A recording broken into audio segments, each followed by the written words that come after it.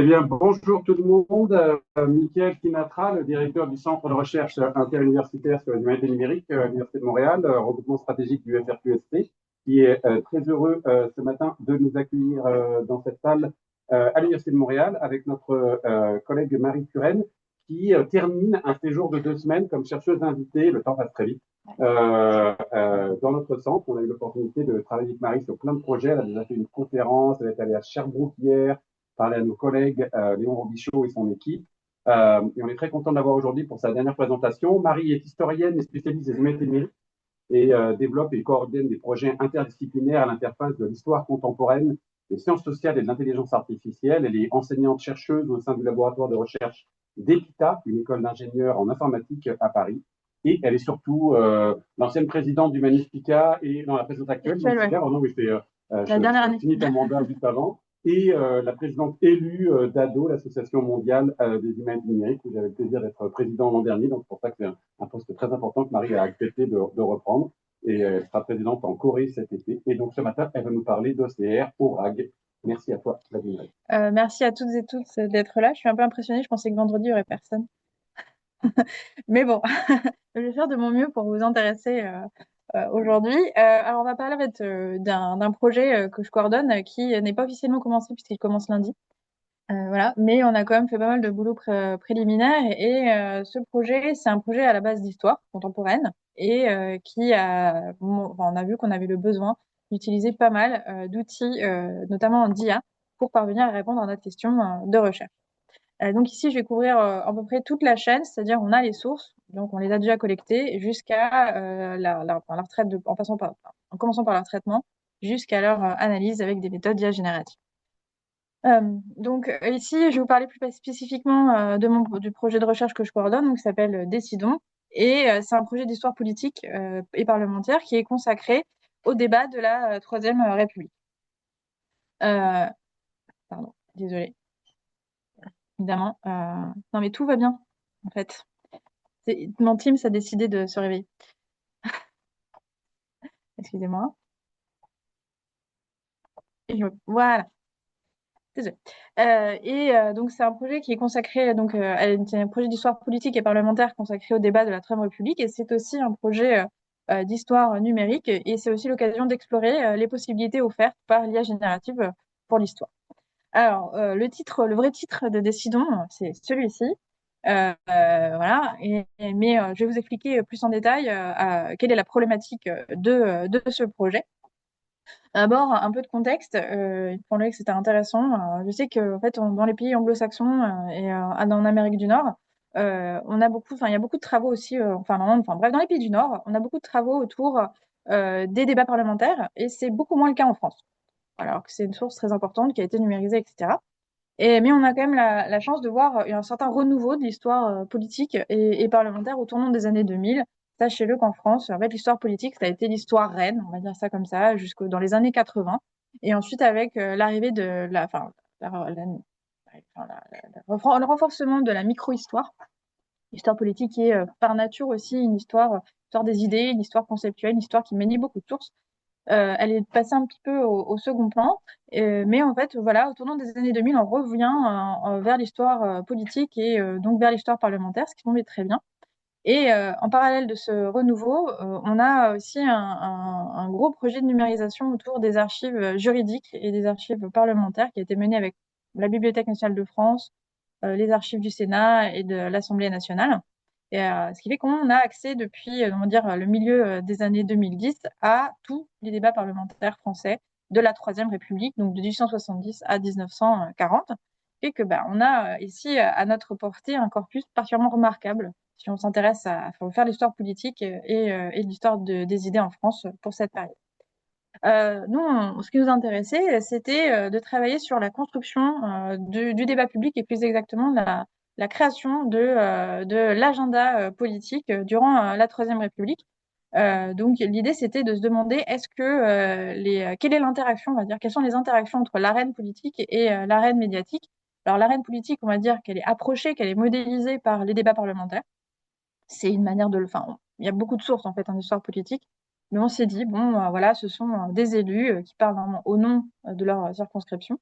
donc qui vont, entre guillemets, faire remonter les préoccupations publiques centrales, les essentielles. Et d'un autre côté, on a aussi la presse, et ce qui nous intéressait. Donc la presse, j'aurais dû le dire, il y a un très très gros programme de numérisation depuis vraiment vingtaine, trentaine d'années autour de la presse ancienne en France, qui a été aussi motivé par le développement d'Europeana, donc la grande bibliothèque numérique européenne.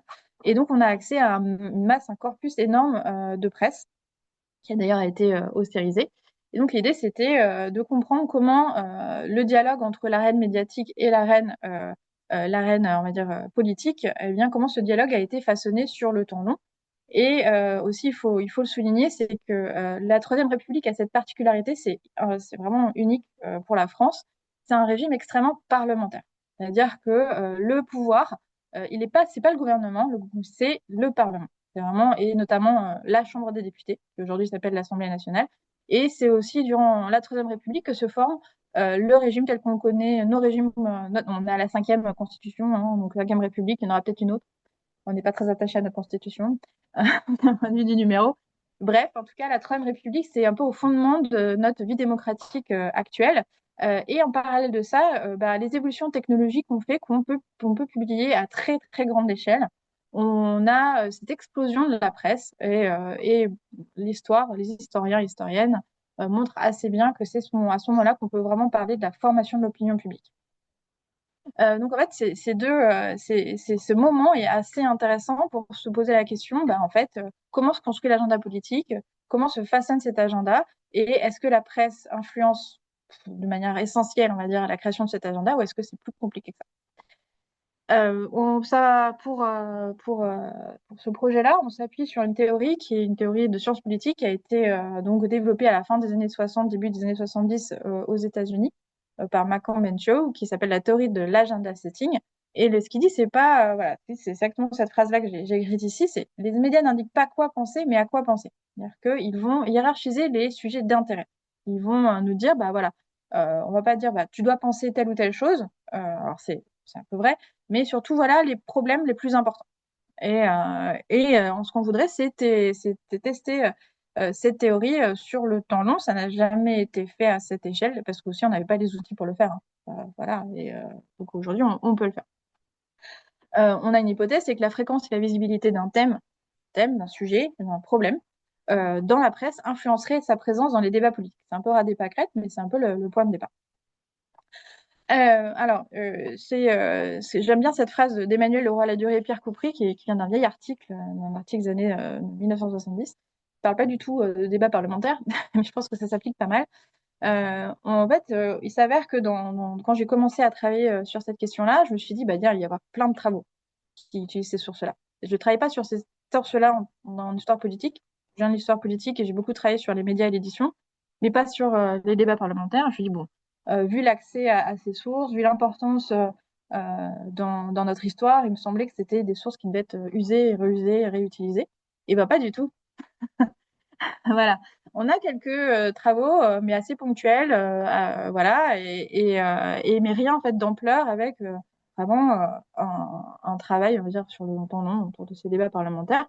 Parce que ce qui est intéressant aussi dans les débats parlementaires, donc nous on l'utilise plutôt du point de vue de la politique, de l'histoire politique, mais c'est aussi des sources très importantes pour l'histoire sociale, l'histoire économique, tous les sujets qui sont abordés à l'Assemblée, voilà, on les a dans les débats. Et cette phrase en fait de Laura Ladurie et Coupry me semble intéressante, c'est que pour eux, ils expliquaient que pourquoi on n'a pas travaillé sur le mouvement des loyers parisiens de la fin du Moyen-Âge au XVIIIe siècle, encore en 1970, parce que la documentation était beaucoup trop lourde, beaucoup trop longue, beaucoup trop compliquée à gérer, et donc les chercheurs n'avaient pas envie de s'intéresser à cette source, et ça me semble parfaitement le cas pour les débats parlementaires. Là, c'est un petit schéma. C'était la fréquence, le nombre de séances par année. Et vous voyez, donc ça varie beaucoup en fonction, il y a plein de facteurs qui font qu'on a plus ou moins. Je ne vais pas rentrer dans les détails, mais globalement, il y a plein de facteurs pour qu'il y ait plus ou moins de séances. Voilà. Et surtout, la longueur de ces séances peut beaucoup varier. C'est-à-dire que ça vous dit rien. Ça peut être des séances extrêmement courtes, ça peut avoir 10 pages, comme il peut y en avoir 60. Et globalement, en moyenne, une législature, c'est 4 ans, c'est 10 à 12 000 pages, mais ça peut aller jusqu'à 25 000, plus que ça encore en fonction. Voilà. Mais globalement, sachez que, et c'est toujours le cas, les politiques parlent beaucoup. Voilà. Et de plus en plus, tout au long de la période. Donc on s'est dit, ce projet il est né aussi à la conjonction, donc il y avait des sources, il y avait une question, et il y avait aussi des technologies. À dire qu'il est arrivé un moment, la première fois, comme dans toute demande de financement, c'est sur le temps long qu'on construit le projet. Et la première fois où on a déposé le projet, c'était donc en 2022, 23, 23. Et on a commencé, et l'explosion, on va dire, l'arrivée sur la scène de l'ALEA générative, c'est un peu ChatGPT qui a fait connaître ça. Et c'est 2022. Et au fur et à mesure, comme Mickaël l'a dit, je suis enseignante-chercheuse dans un laboratoire d'informatique. Et ça va être en discutant avec mes collègues, on s'est dit, tiens, il y a peut-être un potentiel. Comment on pourrait exploiter l'IA générative pour interroger ces documents? Et en fait, il s'avère que alors là, le petit robot, on fait intervenir l'IA générative, en tout cas pour l'instant. Et il y a, en fait, à plusieurs endroits de la pipeline, de la chaîne de traitement, on peut faire intervenir l'IA générative. Aujourd'hui, je vous parle que d'IA générative, mais en vrai, on fait pas du tout que ça. C'est juste, en général, on m'appelle pour que je parle de ça. Mais si vous voulez, on fait de l'OCR classique, on fait de la reconnaissance d'identité, on va encoder en TI, enfin, très classique aussi, et ce qui est très très bien. Mais on fait aussi de l'IA générative et c'est assez un petit peu expérimental. Donc globalement, l'idée c'était en tout cas de développer, en tout cas d'aller sur ce chemin-là, faire une histoire computationnelle de l'agenda politique en testant donc cette théorie de l'agenda statique dans le temps long. Il y a aussi une vocation très interdisciplinaire, c'est-à-dire que je suis historienne, donc je travaille avec des historiens, des historiennes. Je travaille avec un sociologue, enfin, désolée, Florian, je suis sociologue. Voilà, on travaille donc avec des informaticiens, avec des spécialistes du patrimoine. Et donc, l'idée, c'était aussi d'ouvrir de nouvelles voies. C'est un peu expérimental aussi comme approche et de voir ce qu'on peut faire ou pas faire. Ce qui est intéressant. Alors, enfin, voilà, je me suis amusée à me dire, j'ai demandé que, voilà, moi, génère une image d'un historien, d'une historienne qui ferait de l'IA générative. Il m'a sorti ça, c'était assez marrant. Ouais. Sur ce, alors je sais pas trop, j'ai pas envie d'aller aussi vous parler de choses que vous connaissez déjà. Je vais peut-être passer sur l'histoire de la lecture à distance. Non, voilà, on est d'accord. Donc sachez que donc voilà, donc ça fait plusieurs années qu'on lit à distance des sources et surtout cette lecture à distance, elle a été d'autant plus intéressante pour nous. Enfin, quand je parle de lecture distante, c'est un concept, une expression qui rassemble plein de techniques. L'idée, c'est juste de pas lire à la main des gros corpus de sources, ça vous le savez. Et il s'avère que en plus, je vous parle des débats parlementaires. Mais vous savez globalement qu'il y a de plus en plus de bibliothèques numériques, d'archives numérisées, et il s'avère qu'au niveau mondial, on a beaucoup de sources de l'histoire parlementaire. Donc, notamment, donc cette expression de digital turn, elle a été créée par Pasi Alainen, qui est un historien qui travaille sur les parlements et puis qui compare en fait les politiques entre les parlements européens. Et donc, ce projet, il s'inscrit aussi dans ce digital turn, on va dire ça comme ça. C'est-à-dire qu'on a numérisé, maintenant on veut exploiter. Et donc, il y a ce projet, il est né aussi en disant, bah voilà, j'ai plein de sources, elles sont énormes, elles sont peut-être difficiles à exploiter pour un être humain, en tout cas à l'échelle de son existence. Donc, il s'agirait de se poser la question, ben, qu'est-ce qu'on fait, qu'est-ce qu'on peut faire avec ces sources et comment on pourrait réoutiller, enfin, ajouter, on va dire, des outils dans la boîte à outils des historiens et des historiennes pour s'attaquer à ce type de corpus. C'est pour ça que donc on s'est dit tiens allons voir du côté des LLM. Désolée, j'ai pas résisté. Voilà. L'arrivée des transformers nous a nous a un véritable impact sur à la fois le modèle, enfin sur le traitement automatique du langage naturel et aussi donc sur l'apparition et la popularisation des modèles de langue. Et d'ailleurs, donc j'aurais dû ajouter un livre et je ne l'ai pas fait sur cette présentation. Mais il y a un véritable, faut se poser la question, quel est l'impact de l'IA sur notre métier? Donc il y a cet article de 2024 qui a été écrit par Frédéric Laver et Caroline Muller. Il y a aussi le livre de Caroline Muller qu'elle a publié en 2025 et c'est un peu cet article est un peu une annonce de son livre. Bref, je vous invite à lire ces deux publications parce que les auteurs et l'autrice s'interrogent sur l'impact de l'IA sur le métier d'historien. Et il y a plusieurs étapes. Donc, la première étape, c'est vraiment la constitution des corpus, des sources. C'est-à-dire qu'on a nos corpus numérisés.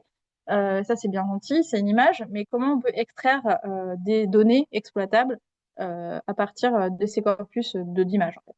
On a aussi le versant d'analyse.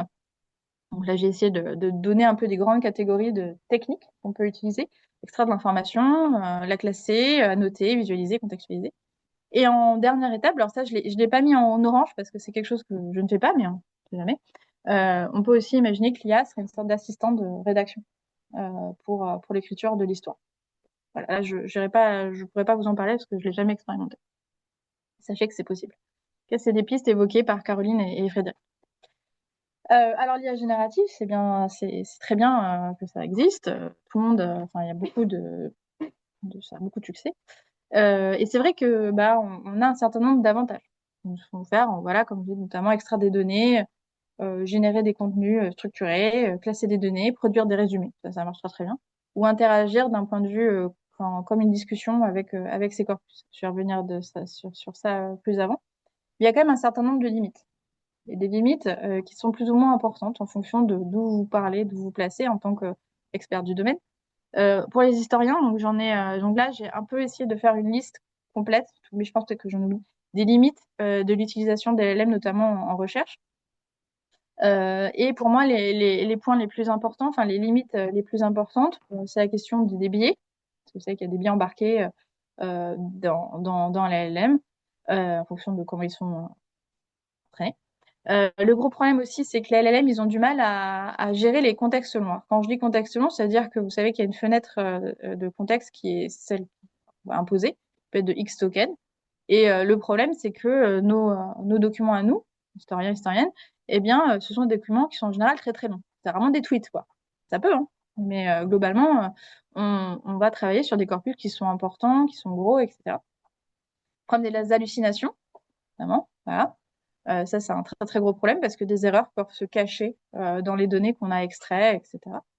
Il y a la question de la reproductibilité, c'est-à-dire que c'est lié aussi à la sensibilité au prompt, c'est-à-dire que vous allez faire une demande à votre IA générative qui est formulée sous la forme d'un prompt que vous avez designé. Et la force et sensibilité au prompt fait que un simple minuscule changement dans le prompt, avec ça, vous allez obtenir des résultats totalement différents. Donc ça, c'est un peu embêtant quand on veut vérifier que telle ou telle expérience a fonctionné ou pas. On a la question aussi on sait pas, on nous donne une réponse, mais on ne sait pas d'où ça vient. Bon, problématique quand même. Il y a aussi la question de la transparence et explicabilité. Alors ça, en fait, c'est plus, j'ai envie de vous dire, du domaine aussi de l'informatique. Il y a tout un domaine autour de l'explicabilité qui n'est pas le mien, mais j'ai des collègues qui travaillent là-dessus. On veut savoir en gros comment ça fonctionne en fait cette IA et c'est un peu parfois c'est un peu magique. On a un donné en entrée, une donnée en sortie, on ne sait pas trop comment ça se passe au milieu. Et si nous on n'est pas, enfin je crois en tant qu'historien historienne, on n'est pas, c'est pas nous qui allons travailler sur l'explicabilité. Par contre, on a besoin d'avoir des moyens de comprendre comment le modèle il a fonctionné. Parce qu'en tant enfin, dans notre travail d'historien classique, le geste historien, si vous voulez, c'était vraiment une chaîne qu'on maîtrisait de bout en bout. On allait chercher les archives, on ouvrait la boîte, on la transcrivait ou on faisait autre chose, on avait tout le contrôle. Et là, on a un peu une médiation supplémentaire qui est un peu obscure. Et c'est pour vérifier la pertinence des résultats qu'on obtient, on a pourtant besoin d'être capable d'ouvrir le capot, à mon avis en tout cas. Alors, j'ai aussi noté simulation de connaissances d'expertise, c'est-à-dire que en fait, les réponses que vont vous donner un LM sont souvent extrêmement. On vous donne l'impression d'être très particulièrement correct. Voilà, il assène ses réponses avec certitude. Et ce qui est un peu embêtant, dire qu'il y a à la fois une forme on a un peu le sentiment que puisque l'LM nous répond de manière si certaine, ça doit être vrai. Ça, c'est un peu embêtant et il peut agir en tant que médecin, en tant qu'historien, ce qui est un problème. Là, j'ai un peu plus détaillé, mais je vous ai expliqué ça à l'oral. Donc, une solution, c'est agentifier les LLM. Voilà. Vous pouvez. Alors, il y a plusieurs. Enfin, c'est une des réponses, en tout cas. Ici, c'est un exemple que donne chaque fois Aurélien Pellé, qui est mon doctorant, que je prends en cadre, pour montrer le problème avec les LLM. Donc, il avait fait un petit test avec GitHub Copilot. Il est fan de cyclisme. Il avait demandé à GitHub Copilot qui a gagné le Tour de France Femmes en 2024. Et Copilot lui avait dit c'était Demi Vollering. Pas elle. Voilà. Et donc, voilà, donc on parlait de de bases de données obsolètes, etc., il y a un problème. LLM, il n'a pas la bonne donnée et il invente un truc en plus. Pas vrai. Il peut pas, c'est pas il. Donc vous pouvez, pour vérifier que c'est bon, bah, vous pouvez faire une recherche, par exemple sur Internet. Vous pouvez aussi utiliser des API pour aller chercher des données extérieures. Ou vous pouvez aussi développer des systèmes dits RAG, Retrieval Augmented Generation en français, donc génération augmentée par récupération. Alors, si vous étiez déjà là lundi, vous savez ce que c'est. Mais je vais en parler un peu plus en avant. Donc le RAG, c'est vraiment l'idée, c'est on va améliorer les performances de nos modèles en leur donnant accès à des corpus qu'on aura choisis nous-mêmes. Qu'on a des corpus qui sont pour nous des corpus de référence. C'est une technologie qui est récente, hein, qui émerge, enfin, on dirait, les LLM, c'est récent aussi, oui, en effet, au autour de 2020. Et aussi, le RAG donne cette impression, enfin, peut vous permettre de dialoguer vraiment avec votre corpus. C'est-à-dire, il y a une impression c'est pas qu'une impression, c'est une interaction conversationnelle, en fait, qui se passe, voilà, avec votre corpus. Et globalement aussi, le RAG repose beaucoup sur les techniques de prompt engineering, donc d'ingénierie des prompts, qui vous permettent en fait d'obtenir le résultat que vous souhaitez. Ça, je vais revenir sur le sujet un peu après. Alors là, quand j'ai commencé à m'intéresser à tout ça, j'ai fait mon petit schéma pour bien comprendre. Voilà, c'est mon œuvre, c'est magnifique. Voilà. Et qu'est-ce qu'apportait le RAG en plus? Alors, je me permets en fait de revenir là-dessus pour vous redonner un peu une idée du principe du RAG. Donc là, on a notre LLM de base. Il a été entraîné à un moment donné. Voilà. Et il interroge en fait cette base de données qui donc peut être obsolète. Tandis que nous, ce qu'on veut, c'est on veut utiliser un corpus qu'on a envie d'interroger. On va interroger. Donc, il y a le même système, hein, le même modèle de langue, etc. Bon, on peut utiliser différents. Mais il y a cette source de données, ce corpus prédéfini, voilà, qu'on a choisi. Et comme dans la base de n'importe quelle recherche historique, on a un corpus de référence. Bon, ou des corpus de référence. Ce corpus, il est segmenté, il est chunké en fait, comme on dit. Et chaque fragment, chaque bout de ce corpus, c'est un document en soi qui a analysé. On met ça dans une base de données qui est vectorisée. Et en fait, la question de l'utilisateur, via une interface de requête ou via, enfin, bref, de commande, on s'en fiche, pour affiner la réponse, elle va aller interroger cette base de données qui est vectorisée, et c'est le LLM ensuite qui va donc vous générer une réponse qui, on l'espère, sera beaucoup plus précise. Et ici, pardon, je l'ai pas dit, mais en fait, alors je suis allée assez vite, mais en fait, vous pouvez utiliser, donc vous avez votre modèle de langue, vous pouvez utiliser divers modèles de langue, peu importe. Il y a la question aussi de vectoriser la base de données, le choix que vous faites pour la vectoriser, c'est aussi important. Il y a aussi des choix à faire autour de la segmentation, parce que en fait, la forme d'un document, c'est aussi porteur de sens. Vous allez aussi pouvoir vous intéresser à la manière dont ce qu'on appelle le re-ranking. Ça veut dire que quand une réponse est renvoyée vers votre LLM à partir de la base de données, vous pouvez classer plus ou moins différemment les réponses qui sont envoyées. Et ici aussi même, la recherche par similarité, globalement, c'est une recherche par mots-clés, si vous voulez. Et en fait, cette recherche par similarité, on peut aussi jouer là-dessus. Il y a divers modèles. Tout ça, c'est un peu une architecture ad hoc qu'on a envie de mettre en place en fonction de sur quoi vous travaillez. Alors, il s'avère que très très vite, cette techno, elle a été utilisée dans l'industrie, bien sûr, mais elle a été aussi utilisée via quelques expériences autour des documents historiques et par exemple sur la presse ancienne. Alors, en fait, c'est que 4 articles, mais en fait tous les jours il y en a des nouveaux, hein, donc je suis pas, faudrait regarder, hein. Voilà, mais globalement, on se rend compte que il y a de plus en plus de personnes et souvent des informaticiens qui travaillent sur comment on pourrait utiliser ces technos pour interroger des corpus historiques, globalement. Donc le RAG, il y a 2 modules qui nous intéressent, à savoir le module de récupération, donc c'est collecte le données, et le module de génération, c'est ce qui nous permet de générer la question. En gros ici, c'est un peu plus en détail, c'est ce que je vous ai expliqué ici sur mon petit schéma qui pour moi est plus clair. J'aime bien quand c'est visuel. Voilà. Alors comme je vous l'ai dit, on a non seulement on a des recherches qui sont en train d'être menées, mais plus au-delà de ça, au-delà des recherches, il y a vraiment des systèmes avec lesquels vous pouvez déjà interagir en ligne et qui vous permettent de discuter.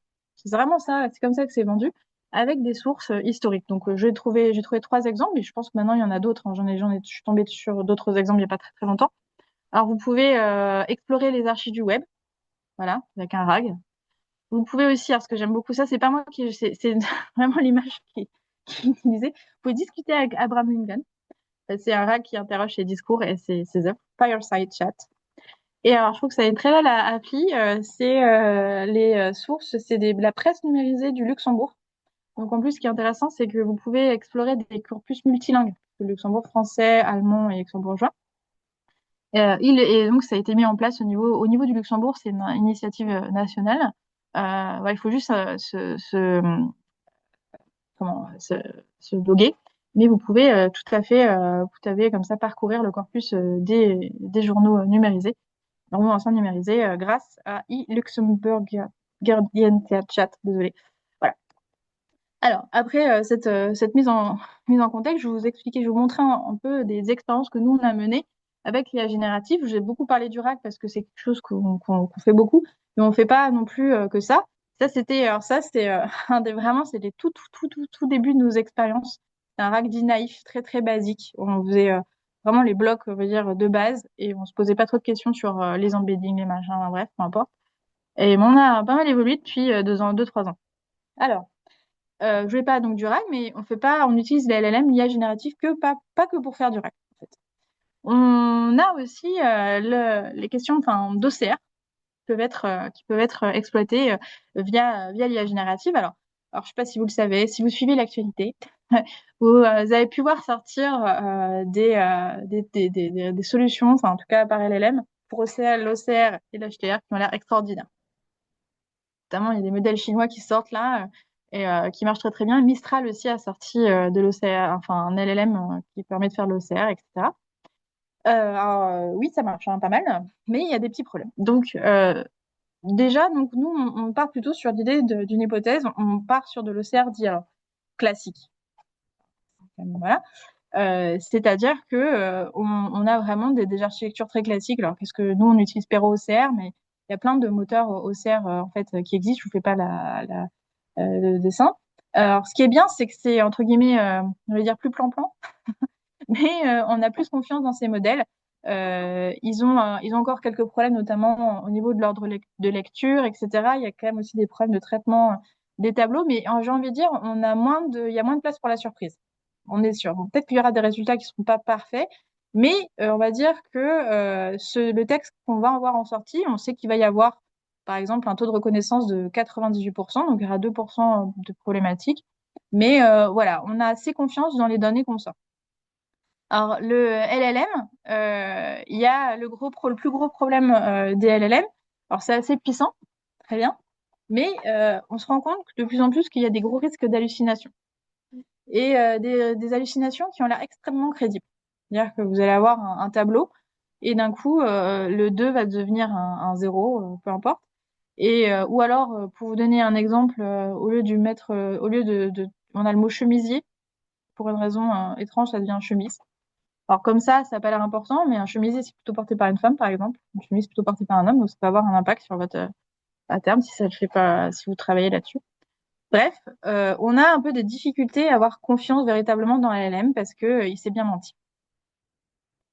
Donc nous, ce qu'on fait, l'idée, c'est plutôt d'avoir, on va dire, une approche hybride, c'est-à-dire de garder de partir sur vraiment l'OCR très classique. Et par contre, d'utiliser l'LM ensuite. Alors, on a un premier moment, on veut faire de la post-correction. Comme les modèles de langage, comme leur nom l'indique, modélisent le langage, que nous, on a la chance d'avoir un langage qui est du français extrêmement contemporain, mais qui est quand même, qui naît à la fin du 19e, il ressemble beaucoup au français qu'on parle aujourd'hui. Donc l'idée, c'est plutôt de se dire, voilà, on prune notre OCR tel quel, on va plutôt aller chercher des modèles qui vont nous permettre de faire de la post-correction. Voilà. En utilisant, donc en faisant déjà, en faisant un peu d'entraînement d'un modèle donc de BART. C'est un modèle qui est plutôt conçu pour le débruitage à la base, pas tant pour la post-correction. Mais donc ça a été testé pour faire de la post-correction et ça marche plutôt bien. C'est juste un peu de le fine-tuner, quoi. Alors deuxième, toujours sur le versant extraction, on a fait des expériences. Donc on a présenté ça dans un papier en décembre à CHR, au Luxembourg. Tiens. Et donc, ce qui nous intéresse, alors il y a une autre source qui nous intéresse. Donc ici, vous voyez Donc là, c'est un débat parlementaire qui a lieu au Sénat, 31. Ici, il y a ce qu'on appelle la table des noms. Alors, je suis pas sûre que vous sachiez que bah il y a les débats, mais il y a aussi des gens derrière. Donc il y a les personnes qui les transcrivent, il y a aussi des gens qui vont créer des tables. Donc c'est des index et ils ont fait ça à la main, ils le font encore. J'ai été témoin de ça aux archives du Sénat. Et vous avez donc chaque sénateur en l'occurrence, mais c'est pareil pour les députés, lorsqu'il prend la parole, en fait, on sait qu'il y a quelqu'un qui va aller chercher ça dans le débat. C'est la pagination, elle commence à 1 le premier jour de l'année, on va dire parlementaire, et elle se termine. Ouais. Et donc, il va chercher le numéro de la page. Il dit, bah voilà, Monsieur Ambruster. Bah, en fait, on retrouve Monsieur Ambruster et on sait à quelle page il est intervenu et de quoi il a parlé. Donc, vous avez à la fois une reconnaissance d'entité nommée manuelle et aussi des sujets. Et alors déjà, cette source en soi, elle nous intéresse pour deux choses. Elle nous intéresse parce que, comme on va faire de la reconnaissance d'entité nommée, c'est une super source pour pouvoir vérifier que notre reconnaissance d'entité nommée, elle a bien marché. Vraiment. Et en deuxième chose, en soi, la source elle-même a vraiment un intérêt d'un point de vue de l'histoire quantitative. On voudrait être capable d'exploiter à plein ces tables parce qu'on pourrait imaginer vraiment faire des choses très quantitatives autour de bah, qui parle quand, à quelle fréquence, sur quel sujet, notamment parce qu'on est capable de recouper ces données des entités nommées en fait avec des données prosopographiques provenant de bases extérieures. Ce serait une belle manière en fait de pouvoir être capable de modéliser sur le temps long en fait un peu la vie politique française. Alors, alors pourquoi vous me direz pourquoi 31? Alors ça, c'est Joël Ferrel, qui a décidé de travailler sur 31. On était OK, vas-y, choisis la table que tu veux, choisis les macs que tu veux, on fait 31, il n'y a aucun problème, ça nous intéresse quand même. Donc il a fait des expériences sur l'année 31. Mais alors, si on veut exploiter à plein ces tables-là, un OCR classique, le problème c'est que, alors un être humain, il sait très bien, quand il voit que c'est en gras ici, il sait que c'est le nom de la personne. Un OCR classique, il s'en fiche complètement. Enfin, le gras pour lui, ça veut rien dire. En plus, vous avez, alors, Enlo, Rambourg, compte Dubert, de machin, il va juste, enfin, il va vous balancer ça, il n'y aura pas de structure, en fait, il y aura juste le texte. Ce qui est un peu embêtant pour nous, parce que là, vous avez vraiment une source qui est extrêmement structurée, et vous avez, alors, pas des tours de parole, des sortes d'entrées d'annuaire, un peu, vous voyez, ou de dictionnaire, comme vous voulez. Et un OCR classique, ça ne marchera pas. Donc, dans notre approche, on est un peu bloqué. Et on se dit, bah, nous, ce qu'on aimerait, c'est que la donnée qu'on obtient à la sortie, on voudrait qu'elle soit structurée parce que derrière, on veut faire une étude quantitative. Donc, on voudrait avoir cette structure qui apparaît. Alors, l'idée, ça a été de contraindre la sortie de notre, en combinant une approche de sphère classique et l'IA générative, d'avoir une sortie qui soit déjà structurée. Donc là, le choix s'est porté sur Ministral 8B Instruct via l'API Mistral. Alors, pourquoi Ministral 8B Instruct? Parce que déjà, ces poids sont quand même publics.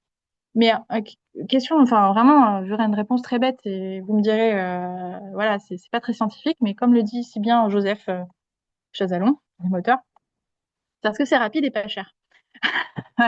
Et en fait, le coût, on peut utiliser via l'API de Mistral, faire appel à leur LLM aussi, parce que bah, gratuitement. Donc ça, c'était quelque chose qui nous avait intéressé. Voilà. Et en plus, ça marche assez bien en zéro shot, c'est-à-dire qu'on s'est aperçu qu'on n'avait pas besoin vraiment de lui donner d'exemples pour qu'il fonctionne bien. Donc bref, on a une transcription avec Perro OCR. Pourquoi Perro OCR? Parce qu'il y a eu des tests qui ont été faits et sur nos sources, pas nous, ça marche très très bien. Mais il y a d'autres, on pourrait utiliser n'importe quel OCR en fait, hein. On pourrait utiliser Kraken, peu importe. Et l'idée, c'est de faire un prompt. On va vous montrer le prompt si vous voulez, qu'on a designé. Et à partir de ce prompt, on définit une sortie contrainte. On voulait que ce soit en JSON. Et le schéma JSON il a été défini en PyDantic. Et on injecte en fait le schéma dans le prompt. Et on s'aperçoit que finalement, ça marche plutôt bien. C'est-à-dire que d'après nos premières expériences, on a une assez forte limitation des hallucinations et on obtient plutôt le format qu'on veut, quoi. Donc, ça, c'est cool. Et c'est plutôt une expérience qu'on a menée sur vraiment quelques pages et ça a été fait dans le cadre d'un stage et on va essayer de généraliser ça, en fait, le pipeline. Mais on se rend compte que guider la génération, le forcer, en fait, à produire des données structurées, bah, c'est carrément possible, en fait, qui est cool.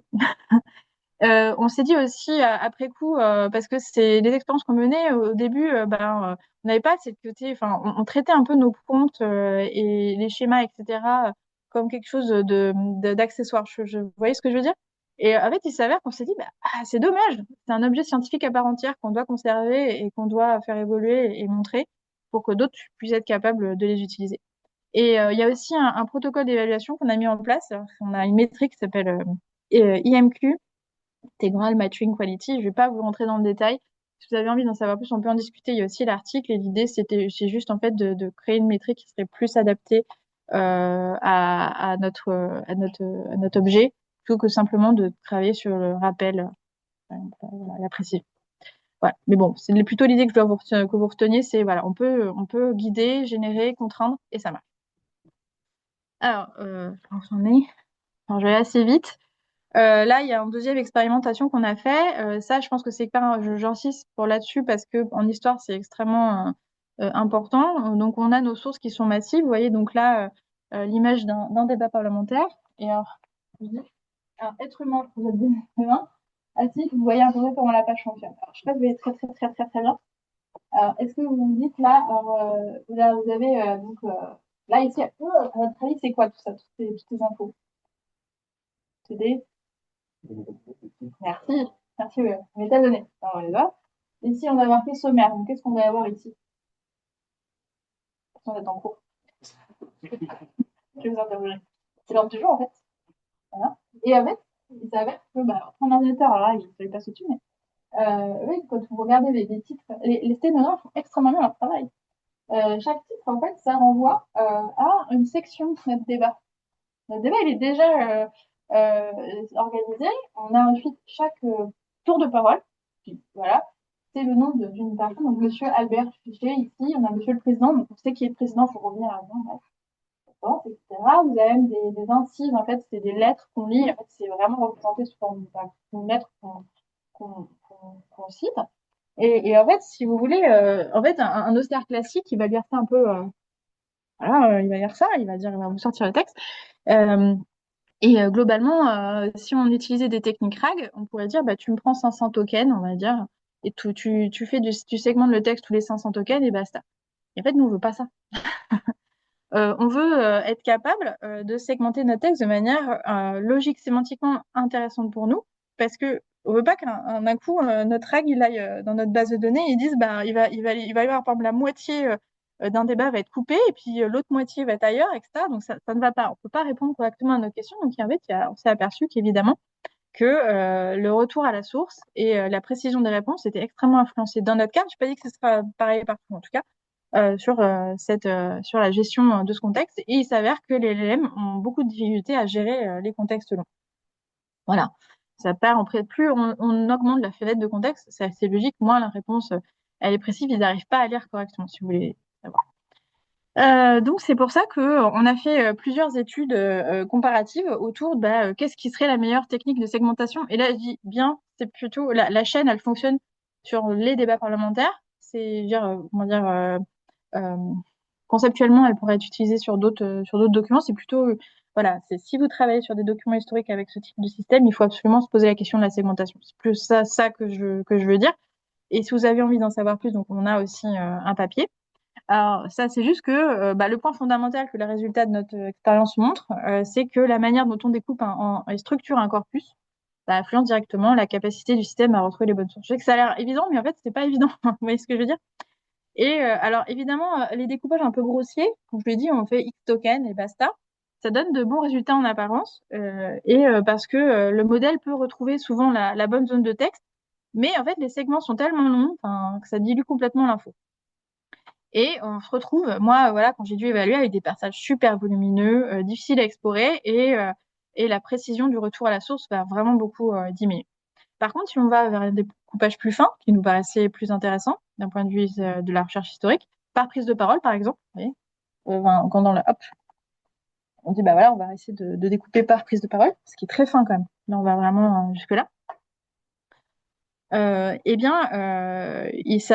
un bien meilleur compromis. Le modèle localise donc beaucoup plus précisément la réponse.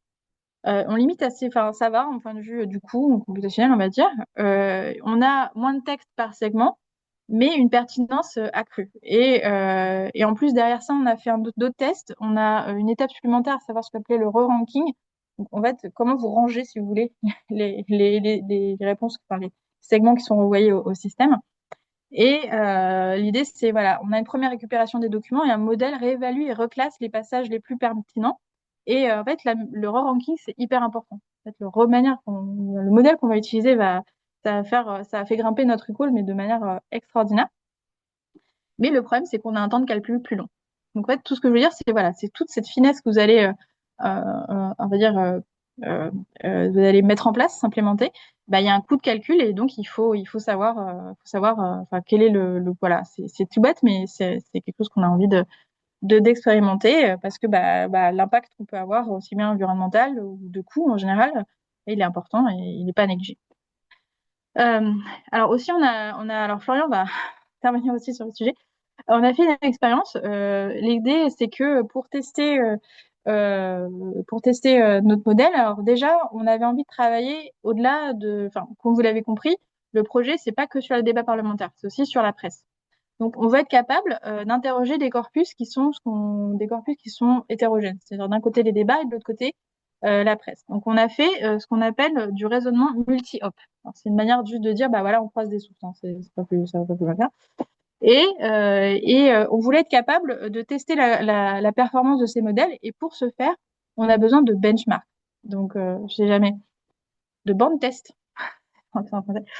Et de bandes test historiques pour tester la capacité des RAG à être capable de répondre correctement à la question. Et c'est pour ça qu'on a développé un ensemble de questions-réponses qui s'appelle History QA, Troisième République, Third Republic. Et pour être capable en fait de donner à tout le monde accès à ce genre de jeu de données pour tester leur propre modèle. Donc c'est sur nos sources, ça a des limites actuelles, mais voilà, déjà on a un premier pas. Alors ce que je vais vous montrer ici, en fait, c'est dans l'article qui est ici, hein, qui est accessible en ligne sur HAL. C'est pour montrer un petit peu le système qu'on a mis en place pour essayer d'être le plus. Alors ceux qui m'ont écouté blablater lundi savent que l'idée du RAG, que ce soit vraiment utile pour les historiens, il y a divers points. Donc déjà, on attribue un ID à chaque document. On essaye aussi d'avoir une question qu'on conserve et qui soit la plus précise possible. En fait, tout eu un jeu d'évaluation. En fait, j'ai dû évaluer, j'ai dû créer le template avec les collègues informaticiens. J'ai changé le template, j'ai fait évaluer un premier set de questions, réévaluer un second set de questions, évaluer questions-réponses, etc. Toutes ces questions sont générées automatiquement. Et ensuite, on a testé en fait la performance du modèle. Donc, on a la réponse que moi j'ai validée, notre bonne chose, et la réponse du RAG. Et si les réponses sont évaluées comme correctes, les deux réponses, on dit bah voilà que le RAG il a bien fonctionné. Et ensuite, donc on fait une évaluation sur un petit set de questions, et ensuite on utilise un LLM as a judge qui nous permet en fait d'évaluer ça non plus sur 50 questions que j'ai fait à la main, mais sur des milliers. Voilà.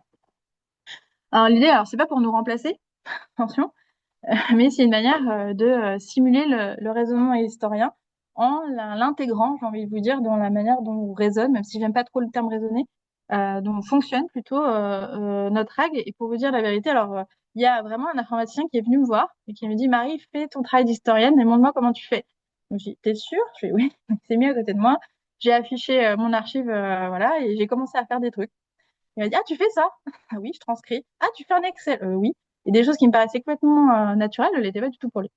Et donc, on a essayé un peu de repenser ce système-là, comment j'interrogerais mes sources, comment j'évaluerais mes questions, etc. Et de le faire en fait de manière automatisée. Et globalement, ça nous a permis de créer un set de questions qui permettrait, en fait, si vous avez de tester des systèmes de RAG.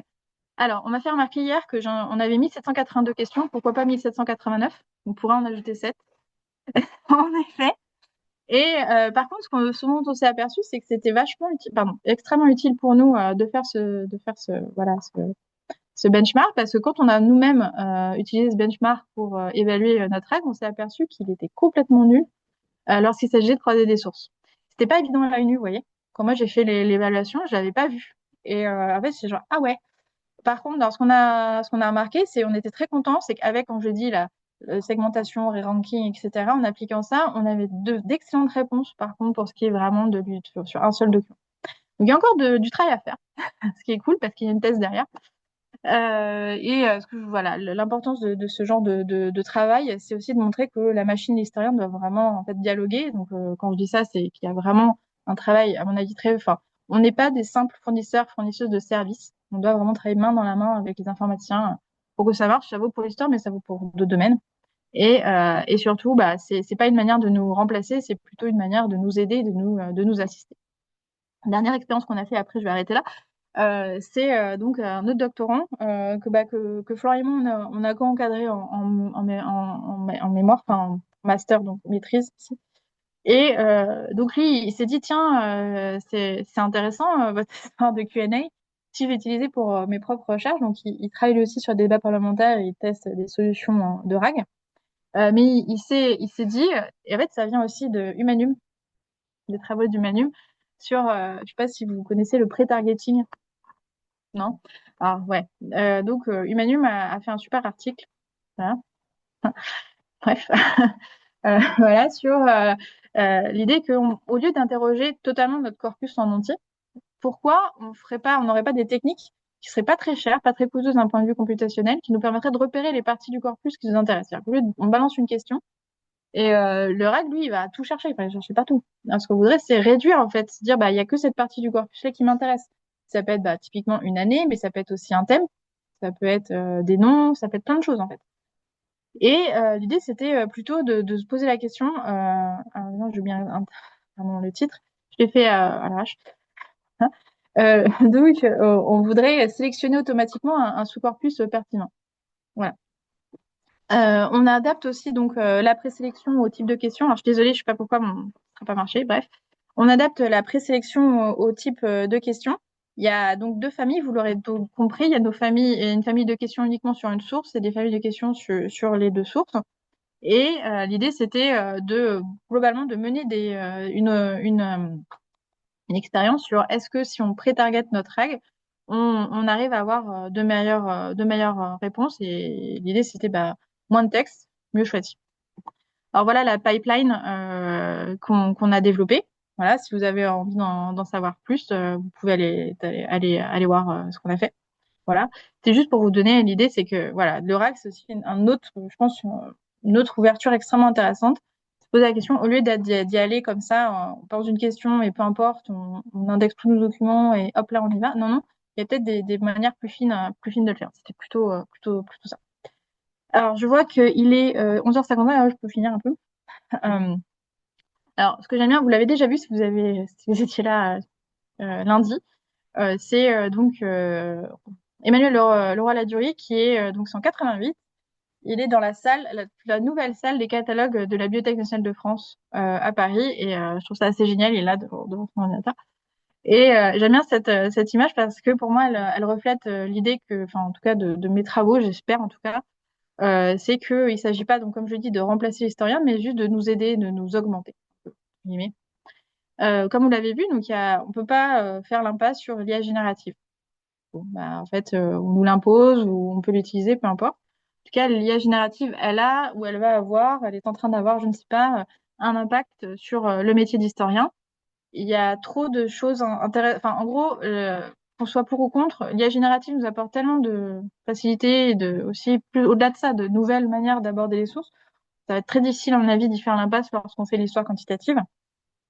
Vous avez donné un peu un exemple aussi de ce qu'on pouvait faire autour avec l'IA générative, donc côté constitution des corpus et des sources.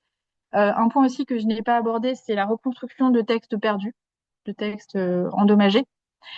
Et bah, nous, moi, ça m'intéresse moins, mais encore que jamais, bah, c'est aussi quelque chose qui monte de plus en plus. Vous avez de très belles expériences actuellement sur ce sujet-là, et on a des sources qui nous paraissaient complètement perdues, finies. Enfin voilà, eh bien, l'IA générative nous aide un peu à les reconstituer.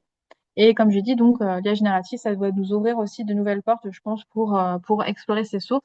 Et aussi, donc là, c'est quand même des expériences qui sont menées dans le cadre d'un laboratoire d'informatique, mais globalement, si tout se passe bien, on devrait donner accès à ces outils de manière beaucoup plus ouverte, on va dire, à des gens qui ne connaissent rien, si on arrive à bien faire notre travail.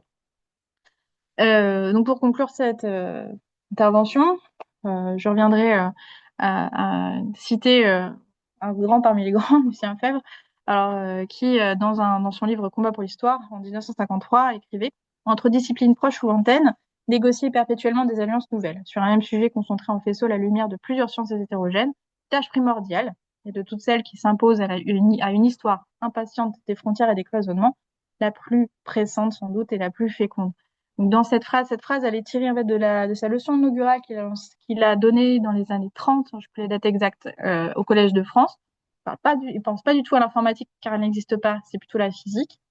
Mais plutôt c'est voilà l'idée que l'histoire aussi, elle a intérêt, et les historiens ont intérêt à aller voir ailleurs, de faire de l'interdisciplinaire, de dépasser les cloisonnements, de pas se dire qu'il y a que le département d'histoire, il y a aussi le département de socio, d'informatique, etc.